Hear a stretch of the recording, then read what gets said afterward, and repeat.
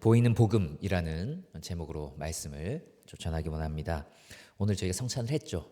그러니까 더 의미가 있지 않나 하는 생각이 듭니다.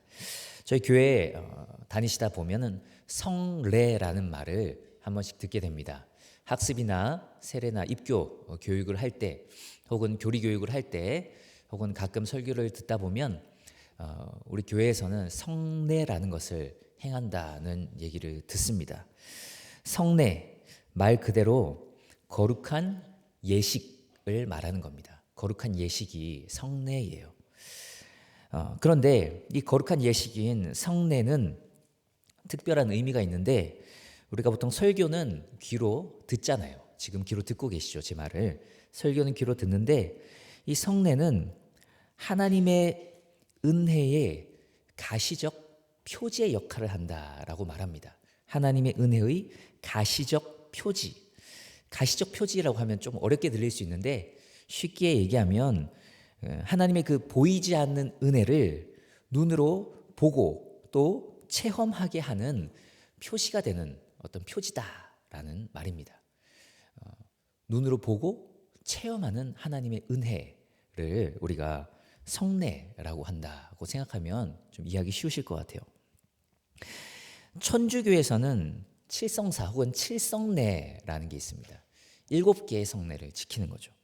그래서 세례성사, 견진성사, 성체성사, 고해성사, 혼인성사, 신품성사, 병자성사, 이렇게 7개의 성례를 지키고 있습니다. 그런데 우리 개신교는 몇 개만 지키는지 혹시 아십니까?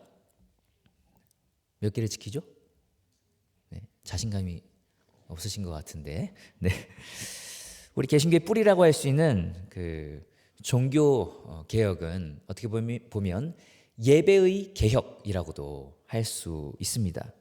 우리의 종교 개혁자 선배들은 성경에서 예수님이 명하고 있는 성례는 딱 2가지다라는 걸 발견하고, 성경대로 우리도 2가지만 성례로 지켜야 된다라고 해서 지금도 우리 개신교는 2가지만 성례로 지키고 있습니다.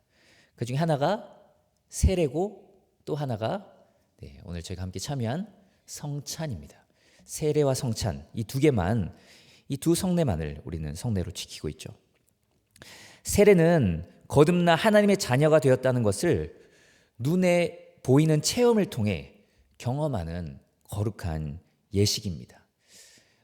침례교에서는 침례를 준다고 하죠. 그래서 강단 뒤에 이렇게 무슨 욕조 같은 게 있다고 합니다. 그래서 세례 받을 때 특별한 옷을 입고 사람을 진짜로 푹 물에 담궜다가 뺀다고 합니다. 저희는 약식으로 이렇게 물을 찍어서 목사님이 머리에 얹어서 세례를 주고 있죠. 그냥 이렇게 세례 문답만 하고 대답 잘 하면, 네라고 대답 잘 했으면은 끝내도 되는데, 왜 눈에 보이는 그런 어떤 비주얼 있는 그런 행동을 우리가 하는 걸까요? 눈에 보이는 그런 체험을 통해서 우리가 더 그 의미를 분명하게 알 수 있고 깊이 알 수 있기 때문입니다.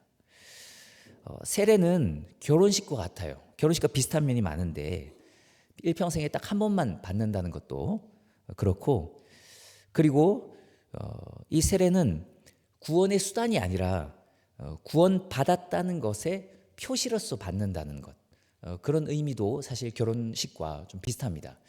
그러니까 결혼을 해도 결혼식을 꼭 안 해도 그냥 시청에 가서 신고하면 결혼한 것으로 간주하고 같이 살 수도 있잖아요.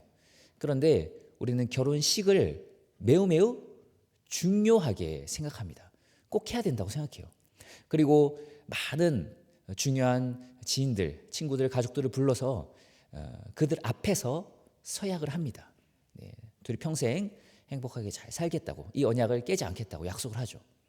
세례도 마찬가지로 구원의 수단이 아니라 하나님 앞에서 구원받았다는 것을 표현하는 하나의 수단이에요. 그래서 정말 예수님을 이제 나는 믿습니다, 이제 그 믿음대로 살겠습니다라는 표시로 온 하나님의 성도들 앞에서 그렇게 눈에 보이는 세례를 받는 거죠. 돌아가시기 전에 가끔 꼭 병상 세례를 받기 원하는 분들도 있어요. 그 마음은 귀하고 저도 달려가서 세례를 가능하면 해드리고 싶은 마음이 있습니다. 그러나 세례를 받으면 구원을 받을 거라고 생각한다면 그건 잘못 생각하고 있는 겁니다.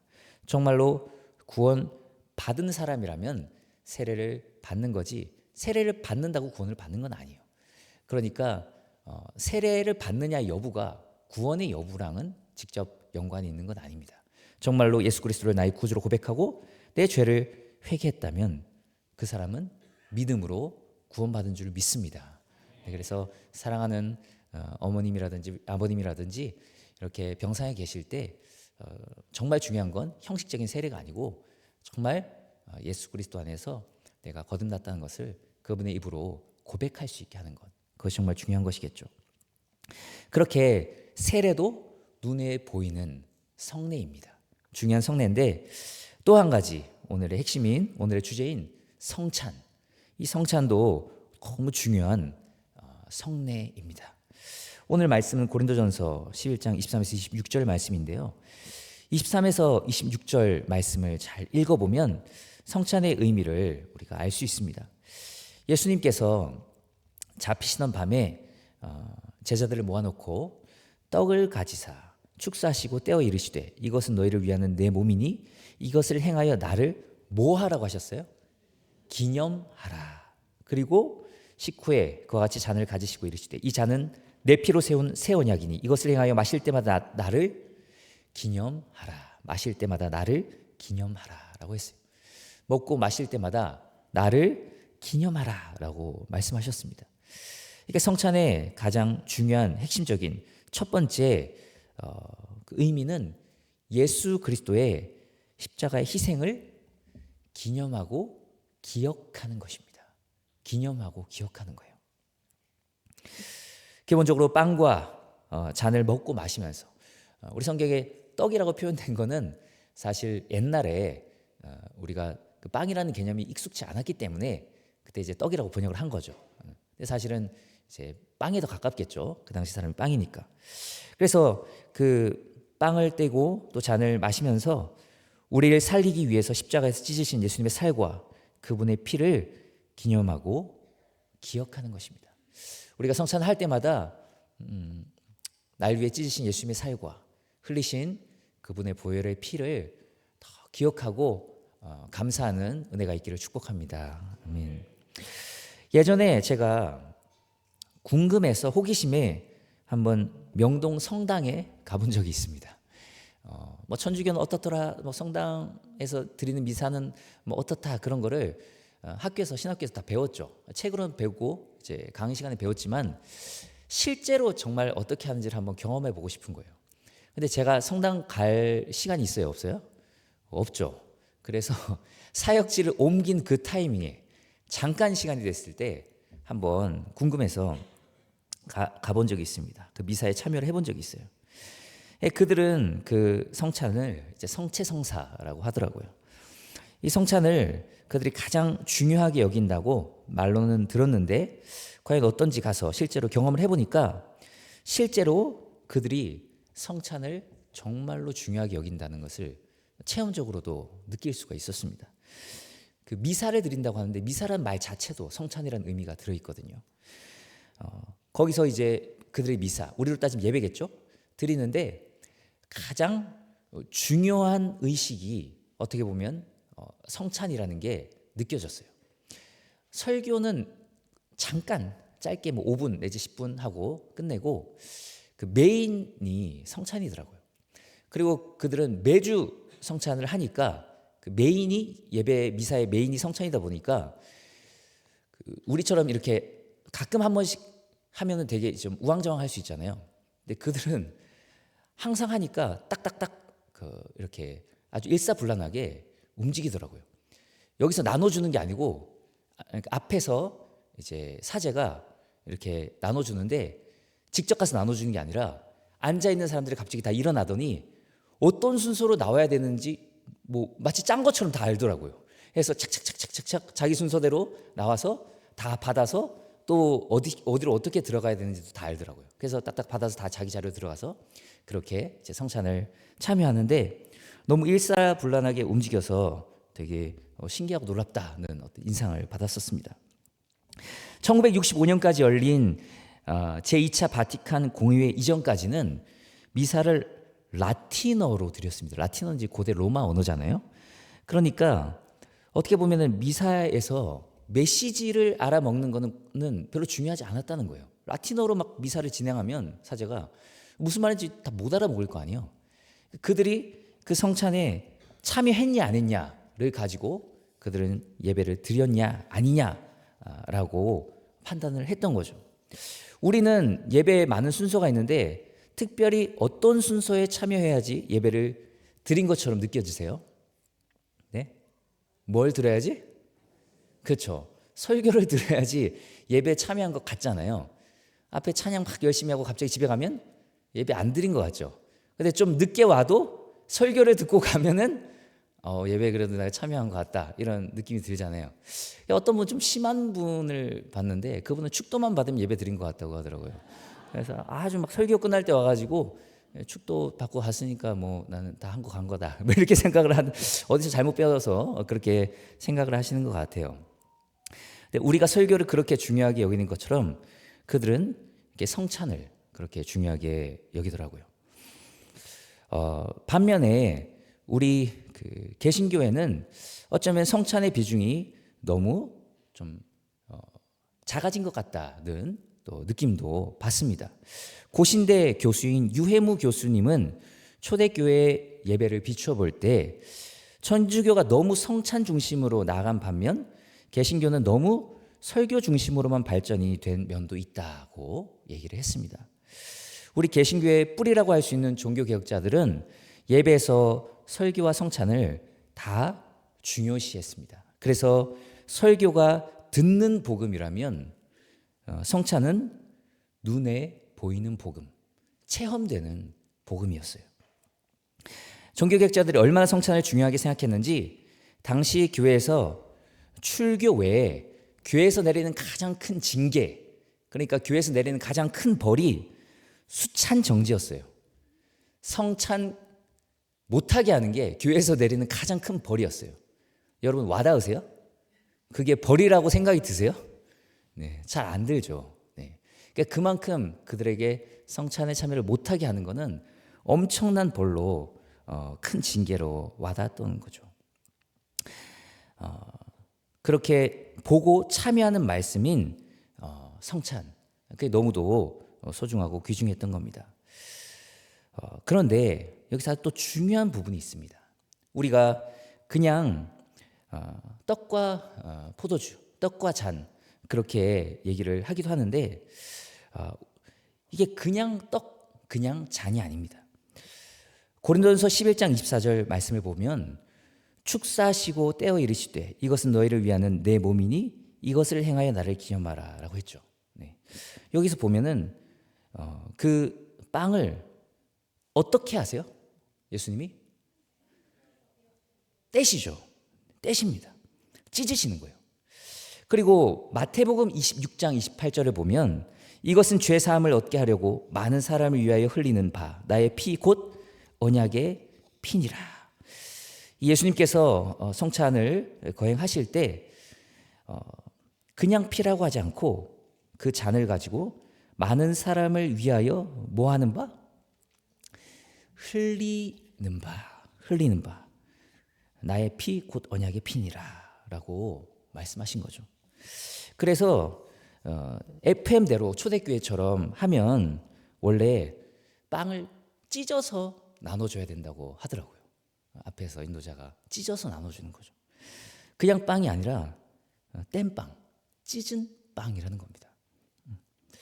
그리고 잔도 이렇게 잔에 따르는 흘린 피잖아요. 그래서 따라서 줬다 그래요. 왜냐하면 따를 때 어떻게 되죠? 그 포도주가 이게 흐르잖아요. 그래서 그 흐르는 모습을 보면서 예수님께서 날 위해 피를 흘리셨구나라고 생각을 했다고 합니다. 찢은 빵, 흘린 피, 그 흘린 포도주를 통해서 예수님께서 날 위해 이렇게 그분의 살을 찢으셨구나. 그리고 날 위해 이렇게 피를 흘리셨구나라는 걸 더 기억하게 하려고 그렇게 했다는 거죠. 세례와 마찬가지로 성찬이 우리를 구원하는 어떤 구원의 수단이거나 우리의 구원을 유지해주는 수단은 절대로 아닙니다. 하나님의 은혜로 구원받은 하나님의 백성이 그 은혜를 기억하고 기념하라고 하나님 예수님께서 명하신 거죠. 원래는 내가 찢어져야 되는데, 원래는 나의 피를 흘려야 되는데 나 대신 날 살리기 위해서 죽으신 예수님의 찢으신 몸과 흘리신 피를 눈으로 보고 기억하는 거죠. 우리가 또 성찬을 언제 할지 모르겠지만 성찬을 할 때 그런 마음으로 참여했으면 좋겠어요. 말씀을 통해서 복음을 듣잖아요. 예수 그리스도에 대해서 듣잖아요. 그리고 그 들은 말씀에서 끝나지 않고 눈으로 날 위해 찢으신 그분의 몸과 그분의 피를 보는 거죠.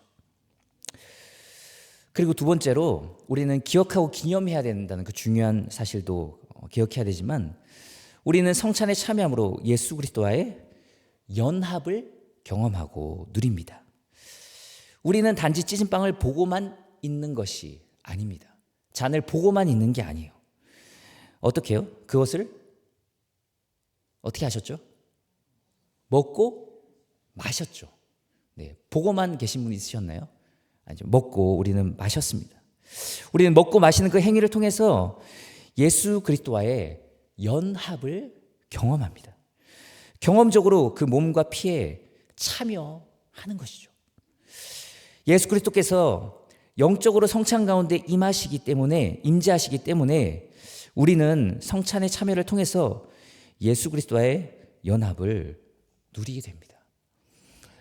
정말로 예수님께서 찢으신 그 살이 나랑 상관없는 살이 아니라 바로 나 대신 찢어주신 그 살입니다. 그 살을 먹음으로 내가 날 위해 찢으신 그 예수님의 살에 동참하고 참여합니다. 저는 예수님과 이제 연합되었습니다 라는 그 의미가 그 먹고 마시는 데 있는 거죠. 우리는 이제 예수님의 살을 먹었고 예수님의 피를 마셨기 때문에 더 이상 예수님과 상관없는 존재가 아니라, 예수님과 거리가 있는 존재가 아니라 예수님과 완전히 영적으로 연합한 존재가 된 겁니다. 그래서 우리가 예수님과 연합했기 때문에 우리가 구원을 받은 거예요. 예수님과 연합했기 때문에 예수님께서 우리의 죄를 가져가 주신 거고, 우리가 예수님과 연합했기 때문에 예수님께서 십자가에서 이루신 그 의를 우리에게 주실 수 있는 겁니다. 그래서 이젠 예수님과 연합해서 이제 하나님의 자녀가 되었다는 것을 더 뜨겁게 누리고, 또 우리의 영적인 눈이 더 떠지게 되고 우리의 믿음이 더 강해지게 됩니다. 누가복음 24장을 보면 엠마오로 가는 두 제자가 있었습니다. 이 두 제자는 부활한 예수님을 알아보지를 못해요. 부활한 예수님이 다가가는데 알아보지 못합니다. 그리고 심지어 얘기까지 나눕니다. 그리고 예수님이 말씀까지 전해주십니다. 자기에 대한 말씀을 전해주셔요. 그리고 마음까지 뜨거워집니다. 그런데 그때까지도 그분이 부활한 예수님인지를 알지 못합니다. 알아보지 못해요. 그러다가 예수님과 함께 음식을 먹게 됩니다. 누가복음 24장 30에서 31절 말씀을 보면 이런 말씀 기록되어 있어요. 그들과 함께 음식 잡수실 때 떡을 가지사 축사하시고 떼어 그들에게 주시니 그들의 눈이 밝아져 그인 줄 알아보더니 예수는 그들에게 보이지 아니하시는지라. 늘 성경을 보면 성찬을 할 때 이게 성찬을 한다는 표시로 같은 그 어구가 반복이 되는데, 떡을 가지사 축사하시고 떼어라는 표현이 항상 등장합니다. 떡을 가지사 축사하시고 떼어라는 어구가 등장하면 성찬식을 하시는 거예요.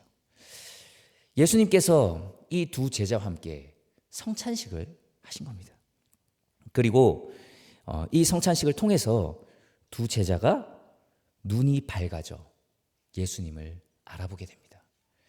실제로 성찬에 참여하여서 이들의 영적인 눈이 뜨여지고 예수님을 예수님으로 더 밝히 알아보게 되는 놀라운 역사가 일어난 거죠. 성찬은 듣는 설교인 말씀과 더불어서 은혜의 통로입니다. 우리는 말씀을 듣고 설교를 통해 하나님의 은혜를 경험하는데 동시에 보이는 복음인 성찬을 통해서도 참여하는 복음인 성찬을 통해서도 하나님의 은혜를 경험하고 우리의 어두워졌던 눈이 뜨여지게 되는 역사를 경험합니다. 마태복음 26장 26절을 보면 그들이 먹을 때 예수께서 떡을 가지사 축복하시고 떼어 제자들에게 주시며 이르시되 뭐라고 하시죠? 받아서 먹으라. 이것은 내 몸이니라 하시고 받아서 먹으라. 아담과 하와는 먹지 말라고 한 것을 먹어서 그들의 눈이 영적으로 어두워졌습니다. 그러나 우리는 오늘 예수님께서 먹으라고 한 것을 먹고 영적인 눈이 더 밝아진 줄 믿습니다. 예수님께서 먹으라고 한 것을 먹고 마심으로 우리의 믿음이 더 강화되고 더 예수님과 친밀함을 누리게 됩니다. 그리고 마지막으로 이 성찬에 더 큰 의미가 있습니다. 성찬은 영원한 하나님과의 만찬을 누림을 고대하며 소망하게 합니다. 예수 그리스도의 십자가의 그 희생을 기억하고 기념하게 하고 예수 그리스도와의 그 연합을 더 깊이 경험하고 누리게 할 뿐만 아니라 영원한 하나님과의 만찬을 그 놀라운 만찬을 더 기대하고 소망하게 합니다. 누가복음 12장 37절 말씀을 보면 굉장히 놀라운 말씀이 있는데요. 주인이 와서 깨어있는 것을 보면 그 종들은 복이 있으리로다. 내가 진실로 너에게 이르노니 다 같이 한번 읽어볼까요? 주인이 띠를 띠고 그 종들을 자리에 앉히고 나와 수종 들리라. 아멘. 어떤 맥락이냐면 지금 혼인잔치 갔다가 돌아오는 그 주인을 이 종들이 기다리는 그런 장면이에요. 근데 그 주인이 돌아올 것을 대비해서 기다리고 고대하고 소망하고 그리고 준비된 그 종들. 한마디로 우리로 따지면 뭐겠어요? 주 예수여 어서 오시옵소서라고 하면서 마라나타의 신앙으로 언제 와도 예수님을 환영할 그런 준비가 되어 있는 신앙이 있는 그런 종들을 얘기하는 겁니다. 그런 종들은 복이 있으리로다. 내가 진실로 너에게 이르노니 주인이 띠를 띠고 그 종들을 자리에 앉히고 나와 수종 들리라. 주인이 그 종들을 자리에 앉히고 나와 수종 들겠대요. 예수님이 그의 백성들에게 수종 들겠다는 얘기입니다. 놀랍지 않습니까? 우리가 늘 예수님께 수종 드는 것만 생각을 하잖아요. 예수님이 그 예수님을 기다린 소망한 고대한 종들을 향해서 칭찬해 주시면서 내가 그들의 수종을 드리겠다. 예수님께서 우리를 섬겨 주실 겁니다.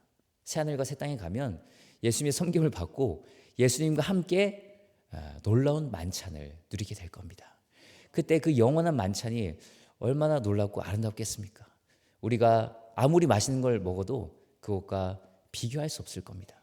우리가 아무리 좋은 걸 먹으면서 교제해도 그 교제는 나중에 영원한 예수님과의 교제에 비하면 그림자에 불과할 겁니다. 우리는 성찬을 통해 우리를 위해 죽어주신 예수님의 은혜와 사랑을 기억할 뿐만 아니라 예수님과의 연합을 경험할 뿐만 아니라 영원한 새하늘과 새 땅에 들어가서 예수님과 영원히 함께 누릴 그 만찬을 소망하게 합니다. 우리 가운데 이 믿음이 있었으면 좋겠습니다. 우리가 말씀을 들을 때마다 성찬에 참여할 때마다 늘 예수 그리스도의 우리 위해 죽으신 그 예수님의 찢으신 살과 피를 깊이 기억하고 기념하고 감사할 뿐만 아니라 그 예수 그리스도와의 깊은 연합을 우리가 경험하고 누리고 그리고 우리의 믿음과 신앙이 더 강화되고 더 성숙해지고 그리고 앞으로 영원히 예수님과 함께 누릴 그 새하늘과 새 땅의 만찬을 더 소망하고 기대하게 되는 그 은혜가 우리 가운데 있기를 축복합니다. 함께 우리 찬양하며 나아가겠습니다.